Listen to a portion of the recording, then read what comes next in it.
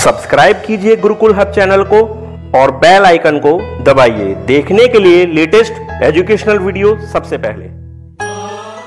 Hello guys, आज की इस वीडियो में मैं आपको रिवर्स के बारे में पढ़ाने जा रहा हूँ। इंडिया के अंदर जो रिवर्स हैं, नदियाँ हैं, वो कैसे उन्हें आसानी से याद कर सकते हैं, जो लंबे समय तक हमारे माइंड में रहे कि कौन सी नदी कहाँ से निकलती है और कौन कौन सी नदियों से आकर मिलती हैं। तो इन सबको पढ़ने का सबसे बेस्ट जो तरीका होता है वो होता है मैप। अगर आप मैप के थ्रू इन सब चीज़ों को पढ़ोगे तो आपके लिए ज़्यादा बेहतर रहेगा।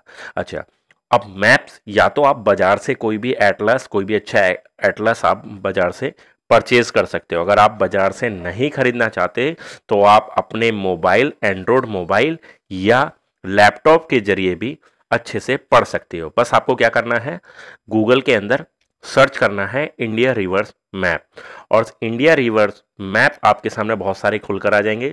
तो वहाँ से भी आप इसको अच्छे तरीके से पढ़ सकते हैं। तो आज मैं वही टेक्निक बताऊंगा कि कैसे आप इसको अच्छे तरीके से पढ़ सकते हैं।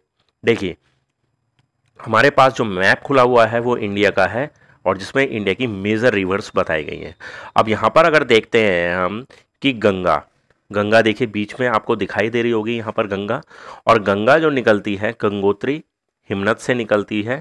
और देखिए, अब इसमें क्वेश्चन ये पूछा जा सकता है कि गंगा में दाईं तरफ से कौन कौन सी नदियां आकर मिलती हैं। तो दाईं तरफ से आकर मिलती है, देखिए यमुना आकर मिल रही है, सोन आकर मिल रही है यहाँ पर फिलहाल हमें जो दिखाई दे रही है, और यमुना में मिल रही है चंबल और बेतवा।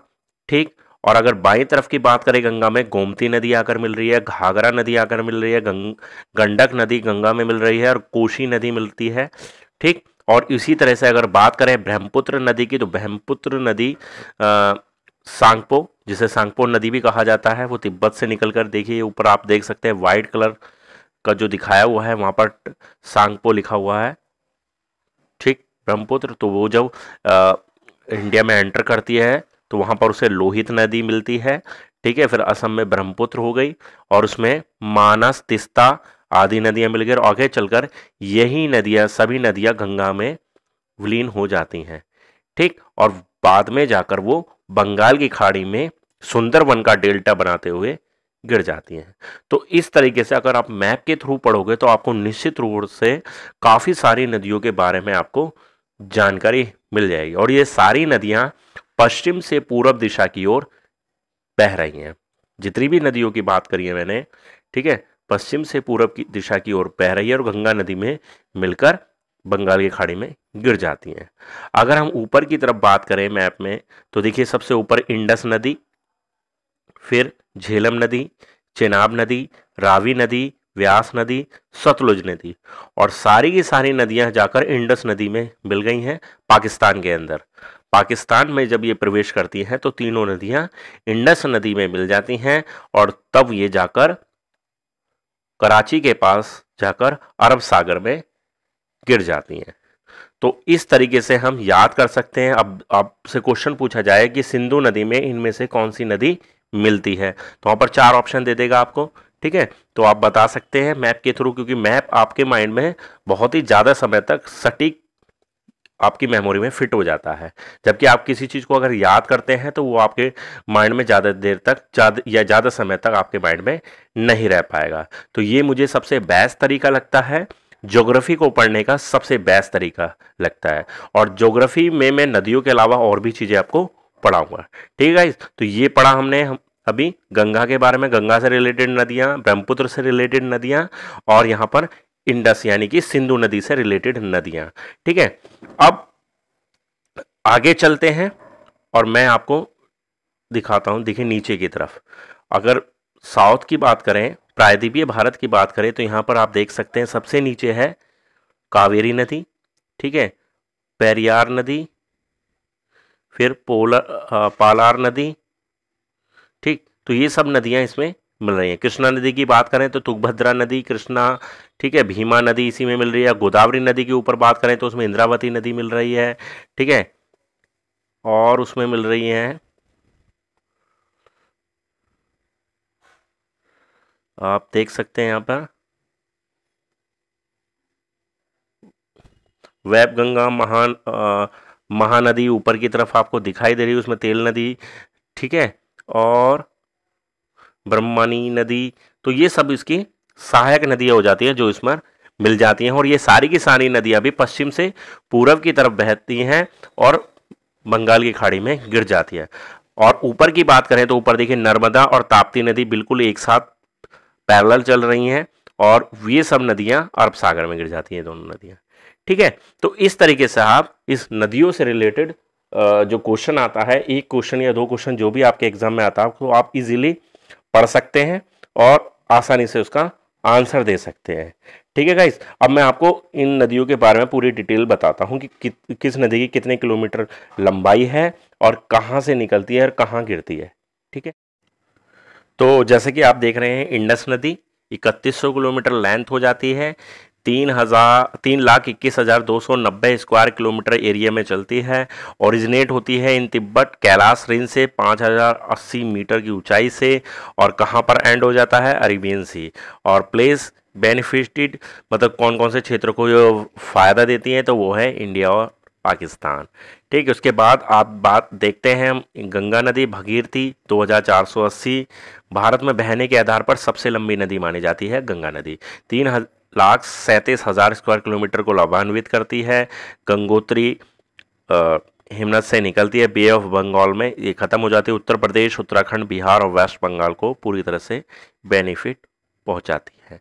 फिर बात करते हैं यमुना नदी, ठीक है, 1370 किलोमीटर, 3,59,000 स्क्वायर किलोमीटर, ठीक है, क्षेत्र को लाभान्वित करती है। गढ़वाल में यमुनोत्री से निकलती है, बे ऑफ बंगाल में एंड हो जाता है, और दिल्ली, हरियाणा, यूपी क्षेत्र आते हैं। ब्रह्मपुत्र की बात करें 725 किलोमीटर, 2,40,000 स्क्वायर किलोमीटर क्षेत्र को में फैली हुई है। लेक है, मानसरोवर से निकलती है, बे ऑफ बंगाल में खत्म हो जाती है। नॉर्थ ईस्टर्न स्टेट को लाभान्वित करती है। कावेरी, दक्षिण गंगा और गंगा ऑफ साउथ, दक्षिण गंगा के नाम से, और दक्षिण भारत की गंगा के नाम से इसको जाना जाता है। 805 किलोमीटर लंबाई है, 87,900 स्क्वायर किलोमीटर एरिया में फैली हुई। हिल्स ऑफ कॉर्ग कर्नाटका से निकलती है, बे ऑफ बंगाल में गिरती है, कर्नाटका एंड तमिलनाडु को फायदा पहुंचाती है। बात करते हैं गोदावरी की, 1465 किलोमीटर लंबी है, 3,12,812 स्क्वायर किलोमीटर एरिया में फैली हुई। नासिक हिल से निकलती है, बे ऑफ बंगाल को में गिरती है। South easternly part of Andhra Pradesh को फायदा पहुंचाती है। कृष्णा नदी की बात करें 1400 किलोमीटर, 2,59,000 स्क्वायर किलोमीटर क्षेत्र में फैली हुई। नियर महाबलेश्वर इन महाराष्ट्र से निकलती है, बे ऑफ बंगाल में गिर जाती है, और महाराष्ट्र और आंध्र प्रदेश को फायदा पहुंचाती है। नर्मदा की बात करें 1312 किलोमीटर लंबाई है, 98,796 स्क्वायर किलोमीटर में फैली हुई। अमरकंटक हिल इन मध्य प्रदेश से निकलती है, अरेबियन सी में गिरती है, मध्य प्रदेश और महाराष्ट्र में फायदा पहुंचाती है। तापी नदी की बात करते हैं, तापी नदी 724 किलोमीटर लंबी है, 65,145 स्क्वायर किलोमीटर, ठीक, बैतूल से निकलती है, अरेबियन सी में खत्म हो जाती है, मध्य प्रदेश महाराष्ट्र को फायदा पहुंचाती है। महानदी 858 किलोमीटर, 1,41,600 स्क्वायर किलोमीटर फैली हुई, अमरकंटक पठार से निकलती है, बे ऑफ बंगाल में खत्म हो जाती है, झारखंड, छत्तीसगढ़, उड़ीसा को फायदा पहुंचाती है। और वैगई नदी 240 किलोमीटर लंबी, 7,000 स्क्वायर किलोमीटर में फैली हुई, कार्डमम हिल से निकलती है, बे ऑफ बंगाल में खत्म हो जाती है, मदुरई एंड रामनाथपुरम और तमिलनाडु को फायदा पहुंचाती है। पेरियार नदी 244 किलोमीटर लंबी, 5,398 स्क्वायर किलोमीटर में फैली हुई, कार्डमन हिल से ही निकलती है, बे ऑफ बंगाल में खत्म हो जाती है, तमिलनाडु और केरला को फायदा पहुंचाती है। थामिरापरानी 123 किलोमीटर लंबी, 4,400 स्क्वायर किलोमीटर में फैली हुई, अगस्थियार हिल्स से निकलती है, ठीक है, गल्फ ऑफ मन्नार में ख़त्म हो जाती है, तिरुनेलवेली इन तमिलनाडु को फ़ायदा पहुंचाती है। तो गाइस ये बहुत ही मोस्ट इम्पोर्टेंट मैंने आपको कुछ नदियों के बारे में बताया है, ठीक है, सभी नदियों के बारे में नहीं है, कुछ नदियों के बारे में है, ठीक। और अगर आप सर्च करेंगे इंटरनेट पे तो आपको सारी जानकारी मिल जाएगी।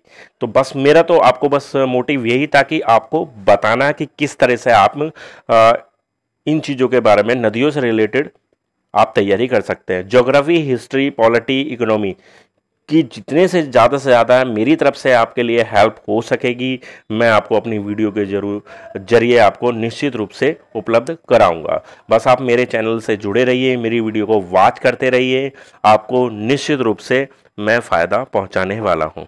ठीक है गाइस, तो अगर आपको मेरी वीडियो अच्छी लगी हो तो प्लीज़ लाइक करें, शेयर करें। किसी ने अभी तक मेरा चैनल सब्सक्राइब नहीं किया है तो नीचे एक रेड कलर का आइकन है, उस रेड कलर के आइकन पर क्लिक करके मेरे चैनल को सब्सक्राइब करें।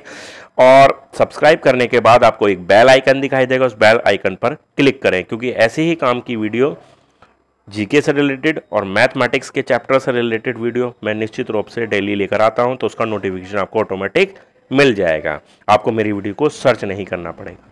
ठीक है गाइस, तो मेरी वीडियो को लाइक करें, शेयर करें, मेरे चैनल को सब्सक्राइब करें। धन्यवाद।